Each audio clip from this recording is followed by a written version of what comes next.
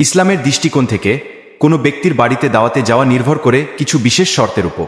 কিছু পরিস্থিতিতে দাওয়াতে না যাওয়া উচিত হতে পারে, যেমন ১. হারাম কার্যকলাপ। যদি জানা থাকে যে সেই বাড়িতে হারাম কার্যকলাপ যেমন মদ্যপান, জুয়া বা অন্য কোনো ইসলাম বিরোধী কাজ ঘটে, তাহলে সেখানে দাওয়াতে যাওয়া উচিত নয়। ২.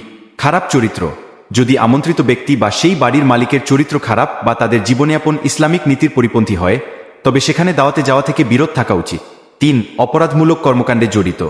যদি সেই বাড়ির মালিক বা দাওয়াত প্রদানকারী অপরাধমূলক কর্মকাণ্ডে জড়িত থাকেন, তাহলে সেখানে না যাওয়াই উত্তম। ৪. অসামাজিক কর্মকাণ্ড।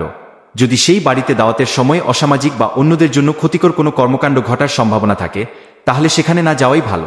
৫. মুনাফেক বা ইসলাম বিরোধী কার্যকলাপ। যদি কোনো ব্যক্তি ইসলাম বিরোধী কার্যকলাপে লিপ্ত থাকে এবং সেই বাড়িতে তার প্রভাব থাকে, তবে সেখানে যাওয়া থেকে বিরত থাকা উচিত। এই ধরনের পরিস্থিতিতে ইসলামের নির্দেশনা অনুযায়ী সেই দাওয়াতে না যাওয়া উত্তম।